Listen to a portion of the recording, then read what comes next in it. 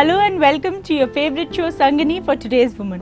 मैं हूं आपकी होस्ट हिना और आज के एपिसोड में हम आपको ले चलेंगे सबसे पहले आपकी स्पेशल योगा क्लास में, फिर होंगी ब्यूटी से रिलेटेड कुछ बातें और एंड में लेंगे आपकी क्वेरीज। तो आइए सबसे पहले देखते हैं आज के एपिसोड की एक छोटी सी झलक। सुबह सुबह उठ करके याद की हुई चीज आजीवन याद रहती है, इसीलिए कहा गया योग का अभ्यास सुबह करें, प्राणायाम सुबह करें, पूजा पाठ सुबह करें, पढ़ाई सुबह करें। बड़े नेल्स अगर आप रख रहे हैं तो 2-3 चीज़ों का ख्याल करना बहुत ज़्यादा ज़रूरी है। एक तो प्रॉपर क्लीननेस और उनकी देख रेख। नेल्स ग्रो करने के लिए भी नेल्स का हेल्दी रहना बहुत ज़रूरी है। तो चलिए बढ़ते हैं हमारे पहले सेगमेंट की तरफ, जो है योगा क्लास, जिसमें हम आपको सिखाएंगे कुछ ऐसे आसन जिन्हें फॉलो करके आप अपनी लाइफ को डी स्ट्रेस कर सकती हैं और उसे और ज़्यादा हेल्दी बना सकती हैं। तो आइए देखते हैं क्या है कुछ खास आपके लिए हमारे आज के इस योगा सेगमेंट में। नमस्ते, मैं हूं आचार्य प्रतिष्ठा और आज हम बात कर रहे हैं पुअर कंसंट्रेशन की। यानी हमारे टीनेजर्स, हमारे स्कूल गोयर्स, हमारे कॉलेज गोयर्स याद तो बहुत कुछ करते हैं लेकिन फिर लगता है कि कुछ याद ही नहीं हुआ। ख़ास तौर पे एग्ज़ाम्स के पहले उन्हें ऐसा महसूस होता है कि वो कमरे में जाने से पहले तक अपनी कॉपी खोल करके याद करते रहते हैं, लेकिन अंदर जा कर के महसूस होता है कि लो, जो हमने पढ़ा था वो सब तो गायब हो गया। अगर ऐसा होता है या इवन हमारी डे टू डे लाइफ में कंसंट्रेशन पुअर है, तो कंसंट्रेशन को सही करने के लिए कौन सी योग की क्रियाएं आपको करनी है, इन्हीं पर हम आज चर्चा कर रहे हैं। सबसे पहला अभ्यास आप लेंगे ध्रुव आसन का, लेकिन उससे पहले एक चीज जरूर याद रखें कि हमारी आचार संहिता में, जो इलेक्शन वाली आचार संहिता की बात नहीं कर रही हूँ, आचार संहिता जो जीवन शैली है, क्या करें क्या ना करें, उसमें साफ साफ स्पष्ट शब्दों में लिखा है कि कुछ भी याद करने का समय प्रातःकाल है। रात का समय तो निशाचरों का होता है, लेकिन अब लाइफस्टाइल चेंज होता चला जा रहा है। मैं देखती हूँ कि हमारे यंगस्टर्स रात में पढ़ना ज्यादा कन्वीनियंट समझते हैं rather than studying in early morning. तो सुबह सुबह उठ करके याद की हुई चीज आजीवन याद रहती है, इसीलिए कहा गया योग का अभ्यास सुबह करें, प्राणायाम सुबह करें, पूजा पाठ सुबह करें, पढ़ाई सुबह करें। प्रातः काल जब पौ फटती है, यानी सूर्य देव के उदय होने से पहले हम उठ जाएं और उस वक्त पढ़ा हुआ हम कभी जीवन में कभी भी नहीं भूल सकते हैं। ऐसा मैं नहीं कहती, ऐसा शास्त्र कहते हैं। पहली चीज तो ये ध्यान रखें। और उसके बाद कौन कौन सी क्रियाएं करनी है ये आप समझ लें। सबसे पहले आप लेंगे ध्रुव आसन का अभ्यास। देखो, जितने भी तारे हैं आसमान में, ध्रुव तारा अलग ही चमकता हुआ नजर आता है, क्योंकि वो ध्रुव है, वो सबसे अलग है। अगर हम सबसे अलग होना चाहते हैं तो हमें कुछ अलग जीवन में करना पड़ेगा। ध्रुव आसन कैसे करेंगे? अपने आसन में सीधे खड़े हो जाएंगे और ये ध्यान रखिए जितने भी बैलेंसिंग पोस्चर्स हैं उनमें हमारा, जहां भी आप खड़े हैं, अपने आई लेवल पर देखना, और आंखों का बहुत बड़ा रोल है। आंखों का रोल तो जीवन में, पूरे ही जीवन में है, लेकिन खास तौर पे बैलेंस बनाने के लिए आंखों का बहुत बड़ा रोल है। सीधे खड़े हो जाएंगे, आंखों को अपने आई लेवल पर सामने टिका देंगे और बाएं पैर को मोड़ करके दाएं इनर थाई में टच कर देंगे।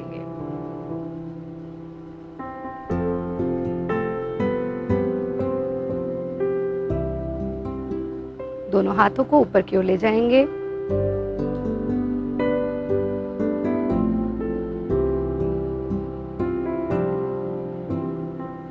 हाथों को नीचे ले आएंगे, पैर को भी नीचे ले आएंगे, हाथों को आपस में मिला लेंगे, शरीर को ढीला छोड़ देंगे। इसी क्रिया को दूसरी ओर दोहराएंगे।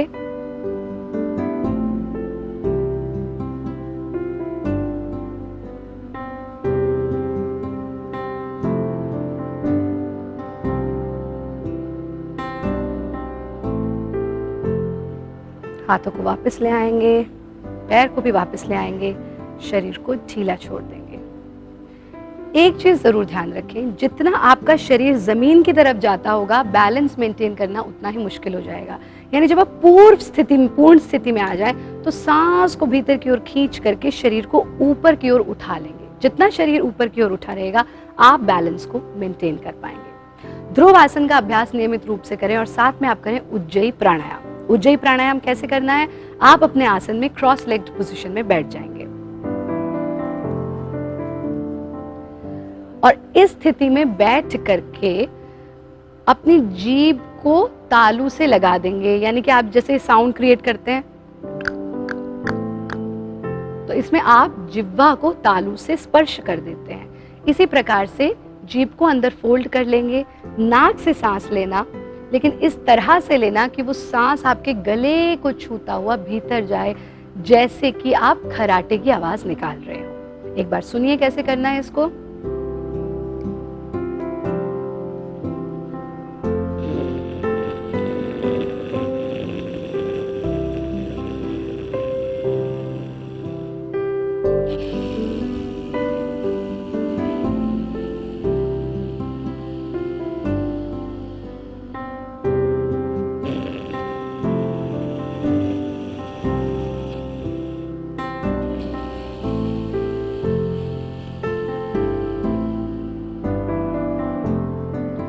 सांस को भरते हुए भी खराटे की आवाज़, सांस को छोड़ते हुए भी खराटे की आवाज़, और प्रत्येक श्वास में ये महसूस करना कि मेरा तन और मेरा मन नियंत्रित होता जा रहा है। जितने भी विकार हैं वो मेरे शरीर से, मेरे मन से दूर जा रहे हैं और मैं प्रतिदिन स्वस्थ होता चला जा रहा हूँ।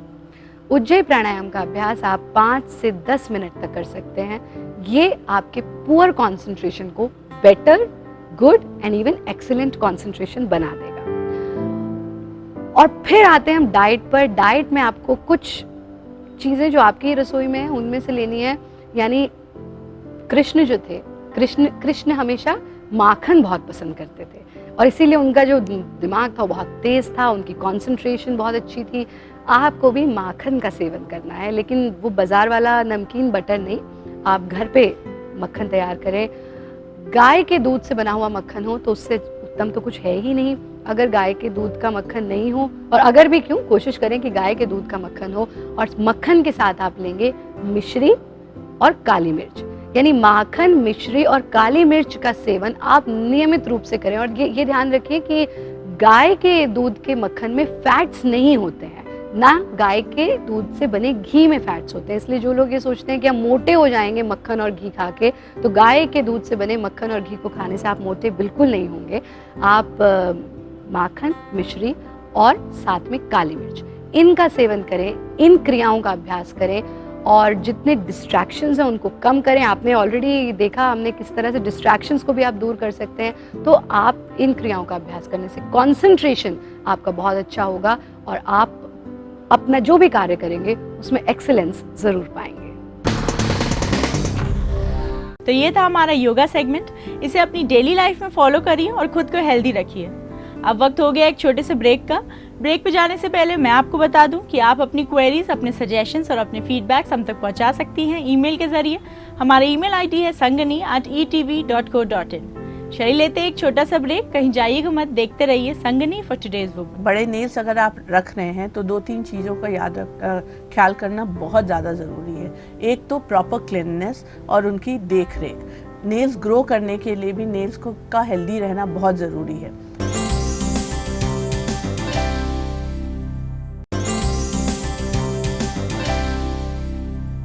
Welcome back after the break. अब हम चलते हैं हमारे दूसरे सेगमेंट की तरफ, जहां हम बात करेंगे नेल केयर के बारे में। इस बारे में बात करने के लिए आज हमारे साथ स्टूडियो में मौजूद हैं Dolly ji. Welcome to the show Dolly ji. Hello Dolly ji, हम बात कर रहे हैं नेल्स की केयर के लिए, तो ये कितना ज़रूरी है? देखिए, नेल्स एक बहुत ही इम्पोर्टेंट पार्ट है हमारे बॉडी का और जनरली क्या होता है, लोग इस पे ध्यान कम देते हैं। तो आप देखती होंगी किसी के नेल्स टूटे हैं या बहुत जल्द टेढ़े मेढ़े हैं या बहुत ज़्यादा हार्ड भी हो जाते हैं किसी के नेल्स। और हार्ड जो होते हैं फिंगर के कम, लेकिन पैरों के जो नेल्स होते हैं टो नेल्स, वो बहुत ज़्यादा हार्ड हो जाते हैं। तो इन सब बातों का ध्यान रखना बहुत ज़रूरी है, क्योंकि अगर इन्हें हम ठीक तरीके से इनका प्रॉपर केयर नहीं करेंगे तो ये आगे चल के हमें बहुत ज़्यादा दर्द पैदा करा सकते हैं, और जिससे हम चाहें भी तो भी उसे मतलब भूल नहीं पाएंगे, ना उसे हम कुछ कर पाएंगे। तो शुरू से ही अपने नेल्स का, चाहे हाथ के हों चाहे पैरों के हों, इनके हमेशा कटे हुए अच्छे से रखने चाहिए। जो साइड में ग्रोथ हो जाता है, जो क्यूटिकल्स ग्रो कर जाते हैं, उनकी भी सफाई बहुत ज़्यादा ज़रूरी है। कभी कभी क्या होता है, कुछ लोग अपने आप करने लगते हैं और अंदर तक नेल्स काट देते हैं। नेल्स को कभी भी साइड से अंदर तक ना काटें, क्योंकि उससे क्या होता है, वो जो नेल्स हैं टो के तो स्पेशली लोग बिल्कुल अंदर तक काट देते हैं कि ऐसा ना हो कि वहाँ गंदगी भरे या कुछ। थोड़ा सा साइड से उसे छोड़ दीजिए। भले ही आप कोई भी अच्छा सा फाइलर ले लें, उससे क्लीन करें, या जो नेल क्लीनर्स होते हैं उससे उस एरिया को साफ करें, लेकिन बिल्कुल अंदर तक घुसाकर नेल्स को कभी नहीं काटना चाहिए। डॉली जी, कुछ लोगों की शौक होती है नेल्स को बड़े रखने की, तो बड़े अगर नेल्स हो तो उन्हें मेंटेन रखने के लिए क्या करना चाहिए? देखिए, बड़े नेल्स अगर आप रख रहे हैं तो 2-3 चीज़ों का ख्याल करना बहुत ज़्यादा ज़रूरी है। एक तो प्रॉपर क्लीननेस और उनकी देख रेख। नेल्स ग्रो करने के लिए भी नेल्स का हेल्दी रहना बहुत ज़रूरी है।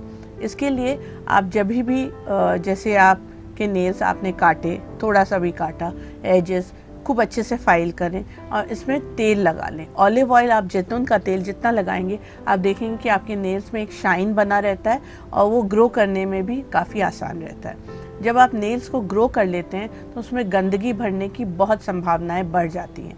तो इन्हें टाइम टू टाइम, जब आप खाना खा रहे हो, खाना खाने के बाद, खाना खाने से पहले, दिन में जितनी बार भी आपको लगे कि आपने नेल्स का यूज़ ज़्यादा किया है तो उसे साफ़ कर लें। खूब अच्छे से साफ़ करें अंदर तक, ताकि कोई भी जर्म्स ना फैले। कभी कभी क्या होता है, अगर नेल्स बढ़े हुए हैं, आपने ध्यान नहीं दिया, वो टूट गए, कभी कभी वो पूरे निकल भी आते हैं। अगर सॉफ्ट हो गए, बहुत ज़्यादा लेंथ ले लिया और वो नेल सॉफ्ट हो गए तो वो बिल्कुल टूट जाते हैं और वो अंदर तक टूट जाते हैं, जिसकी वजह से इन्फेक्शन होने का भी डर रहता है। तो आप ध्यान ज़रूर रखें जब आप नेल्स ग्रो कर रहे हैं कि उसकी प्रॉपर क्लीननेस हो रही है कि नहीं, और वो प्रॉपर तरीके से ग्रो कर रहा है कि नहीं। अगर आपको लगता है कि आपके नेल्स ब्रिटल है, उतना लेंथ नहीं ले, तो पहले उन्हें मजबूत बनाइए। खूब अच्छे से मैनिक्योर करिए, अपने हाथों को डिप करके सोप वाटर में खूब अच्छे से क्लीन करिए। नेल्स जब सॉफ्ट हो जाए तब उन्हें आराम से धीरे धीरे काटिए। हार्ड नेल्स को कभी नहीं काटना चाहिए, चाहे हाथों के हों चाहे पैरों के।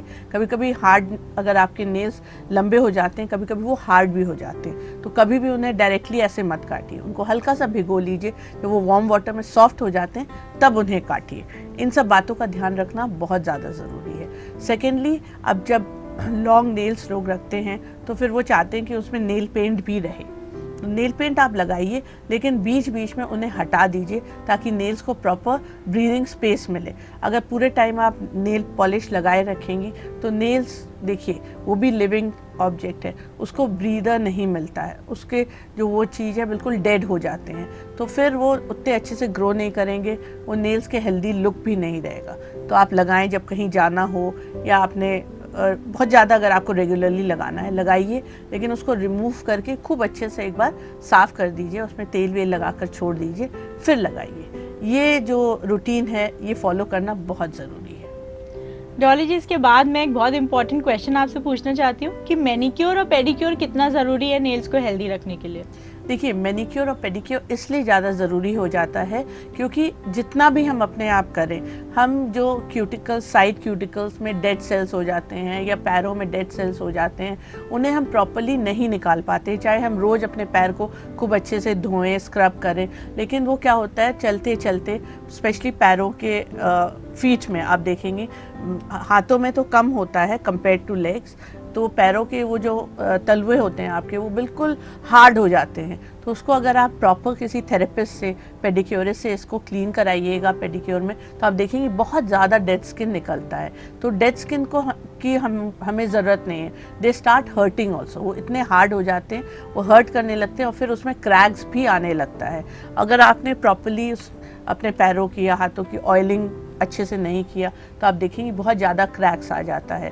अगर क्लीननेस नहीं हुआ और बहुत ज़्यादा आपकी स्किन ड्राई है तो भी क्रैक्स आ जाता है। तो अगर आप किसी अच्छे थेरेपिस्ट के पास जाएंगी तो वो इन सब चीज़ों का ध्यान रखते हुए आपके हाथ और पैर को खूब अच्छे से, अगर आपने खूब अच्छे से पेडिक्योर मैनिक्योर कराया तो कम से कम 10 से 15 दिन आपके पैर बहुत अच्छे रहेंगे। And they need to be maintain. लोग क्या करते हैं, पैरों और हाथ को उतना ध्यान नहीं देते हैं, वो सोचते हैं हम अपने बालों की देख रेख कर लें या फेशियल करा लें, लेकिन वी रिकमेंड कि पेडिक्योर और मैनिक्योर बहुत ज़्यादा ज़रूरी है। अगर आपको मतलब overall it's a integral part of your overall grooming, कभी भी आप पेडिक्योर और मैनिक्योर को नेग्लेक्ट मत करिए। डॉली जी, अगर प्रोफेशनल कॉस्मेटिक प्रोडक्ट्स की बात करें तो नेल केयर के लिए कौन से ऐसे प्रोडक्ट्स होते हैं जो हमें यूज़ करने चाहिए? देखिए, नेल्स के लिए बहुत सारी चीज़ें आती हैं। स्क्रब्स आते हैं, क्रीम्स आते हैं, फिर रिपेयर क्रीम्स आते हैं, नेल पॉलिश रिमूवर जो होते हैं वो भी तरह तरह के आते हैं। तो जब भी आप इनको सेलेक्ट करें तो खूब अच्छे वाले आप लें। तो क्या होगा, अगर आप रेगुलरली मसाज कर रहे हो अपने नेल्स के ऊपर और साइड में क्यूटिकल्स के, तो इतना ड्राइनेस नहीं रहता है, क्योंकि नेल्स के साइड में भी स्किन इतना ज़्यादा हार्ड हो जाता है कि वो आपको इरिटेट करता है। जब ज़्यादा ड्राइनेस हो जाती है तो वो साइड से कटने लगते हैं, चाहे हाथ के हों चाहे पैरों के। तो नेल क्रीम ज़रूर लगाएं, और बीच बीच में अगर आपके पास हफ्ते में एक दिन आप हल्का सा स्क्रब ले लें, हैंड एंड फीट के स्क्रब आते हैं, उसको लगा लें, तो जो भी डर्ट या गंदगी चिपक भी गई है वो सब स्क्रबिंग से निकल जाती है और एक शाइन मेंटेन रहता है। नहीं तो क्या होता है, ड्राइनेस की वजह से प्रोमिनेंट लाइंस बन जाते हैं। आप जितना भी जहाँ वो प्रोमिनेंट लाइंस बने तो उसमें गंदगी और आती है। तो ये स्क्रबिंग और नेल क्रीम या हैंड एंड फुट क्रीम से वो चली जाती हैं। आजकल बहुत अच्छे अच्छे स्प्रेज भी आते हैं। मान लीजिए कि आप ऐसे हैं कि आपको कॉन्स्टेंटली बंद जूते पहनने हैं या बंद सैंडल्स पहनने हैं, आप बाहर ज़्यादा ट्रैवल कर रहे हो, टू व्हीलर में हो, तो लगता है कि सैंडल ना पहने कि पैर ज़्यादा एक्सपोज्ड हो रहे हैं या हाथ ज़्यादा एक्सपोज हो रहे हैं। तो कभी कभी बहुत ज़्यादा जब बंद रहता है तो भी मतलब एक एयरिंग नहीं हो पाती है, तो उसमें एक टिपिकल स्मेल आने लगता है आपके पैरों में। तो आजकल ओडर स्प्रेज भी आते हैं, तो वो भी आप हाथ और पैरों के लिए स्प्रेज आते हैं, वो लगा सकती हैं। फिर जब आप अगर आपके पास थोड़ा सा वक्त है, और जैसा कि मैं कह रही हूँ पेडिक्योर मैनिक्योर कराइए, तो जेल्स आते हैं जो कि आपके पैर और हाथों को सॉफ्ट बना देते हैं। तो ये सब अगर आप कराएंगे तो आपके हाथ और पैर बिल्कुल सही रहेंगे, और इनका यूजेज बहुत ज़्यादा ज़रूरी है। डॉली जी, इसके अलावा अगर हम होममेड केयर की बात करें तो घर में हम ऐसी क्या चीज़ें कर सकते हैं जिससे हम अपने नेल्स को हेल्दी बना पाएँ? देखिए, घर पे भी जब भी रोज़ आप अपने हाथ और पैर को वार्म वाटर में, मैं ये नहीं कहूँगी कि एकदम ठंडा या बहुत गर्म पानी में, वार्म वाटर में थोड़ा देर डिप करें। अगर पॉसिबल हो तो उसमें हल्का सा जो शैम्पू आता है वो डाल लीजिए, तो वो प्रॉपर क्लेंजिंग हो जाती है। जब क्लेंजिंग हो गई, हाथ को आपने अच्छे से पोंछ लिया, उसके बाद नेल्स को भी खूब अच्छे से पोंछ लिया। क्या होता है, लोग हाथ तो पोंछ लेते हैं और नेल्स गीले रह जाते हैं, तो नेल्स को भी धीरे धीरे अच्छे से उसको वाइप कर लिया और साफ़ कर लिया, और उसके ऊपर आप ऑयल आराम से आप घर पे लगा सकते हो। इससे नेल पे शाइन भी बना रहता है और नेल्स अच्छे से ग्रो भी करते हैं। बहुत बार ऐसा होता है कि जब आप पेडिक्योर मैनिक्योर कराने जाते हैं तो वहाँ पर वो बफिंग कर देते हैं, एक इंस्ट्रूमेंट होता है उससे वो बफिंग करते हैं। तो बहुत ज़्यादा बफिंग नहीं कराना चाहिए, उससे जो नेल का इनामल है वो ख़त्म हो जाता है। अगर आपके नेल्स बहुत ज़्यादा टेढ़े मेढ़े हैं तो हल्का सा आपने बफिंग करा लिया, उसको एक स्मूथ लुक लाने के लिए या स्मूथ फील देने के लिए, लेकिन रेगुलरली बफिंग नहीं कराना चाहिए। तो इन सब बातों का भी ध्यान रखना बहुत ज़रूरी है। डॉली जी, ये तो थे हमारे क्वेश्चंस। हमारी आपसे बातचीत जारी रहेगी एक छोटे से ब्रेक के बाद। अब वक्त हो गया एक छोटे से ब्रेक का। जुड़े रहिए हमारे साथ, बात करेंगे एक बार फिर हमारे ब्यूटी एक्सपर्ट से और जानेंगे आपकी क्वेरीज के आंसर्स। चलिए लेते हैं एक छोटा सा ब्रेक। मैं आपको बता दूं, आप अपनी क्वेरीज, अपने सजेशंस और अपने फीडबैक्स हम तक पहुंचा सकती हैं ईमेल के जरिए। हमारा ईमेल आईडी है sangani@etv.co.in। चलिए लेते हैं ब्रेक, कहीं जाइएगा मत, देखते रहिए संगनी फॉर टुडेज वुमन। जो बालों के बीच में हॉलो हो गया है, जो आपके समझ में नहीं आ रहा है, उनको फिल करता है, बालों के लेयर्स को सॉफ्ट करता है, और जो भी केमिकल से आपके बालों में डैमेज हुआ है उसको वो कंट्रोल करेगा।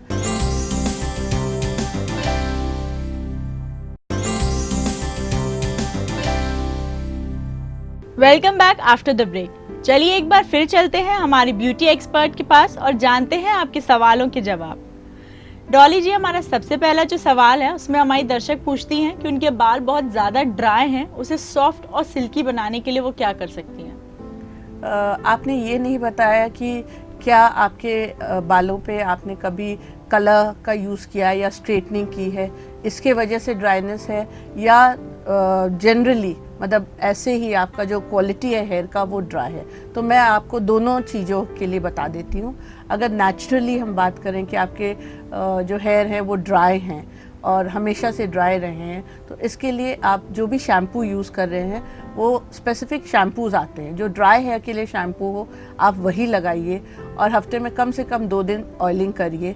और वंस इन 10 डेज़ या वंस इन 15 डेज़ आप प्रॉपर हेड जो थेरेपीज़ आती हैं, हेयर थेरेपीज़ जो आती हैं वो लीजिए। आजकल बहुत एडवांस थेरेपीज़ आने लग गई हैं, जैसे आपके जो बाहर की कोटिंग है हेयर की या अंदर की कोटिंग है वो अंदर तक बालों पे जाती हैं। वो जो क्रीम्स होती हैं और जो एम्प्यूल्स होते हैं जो लगाए जाते हैं वो अंदर तक जाती हैं। तो इससे क्या होगा कि आप घर पे भी कर रहे हैं और किसी प्रोफेशनल का हेल्प भी ले रहे हैं। दोनों अगर आप करेंगी तो धीरे धीरे आप देखेंगी कि कुछ ही वक्त में, स्पेशली अगर आप रेगुलरली किसी प्रोफेशनल का हेल्प ले रही हैं, तो 2-3 सिटिंग में आप देखेंगी कि आपके बाल सॉफ्ट हो जाएंगे।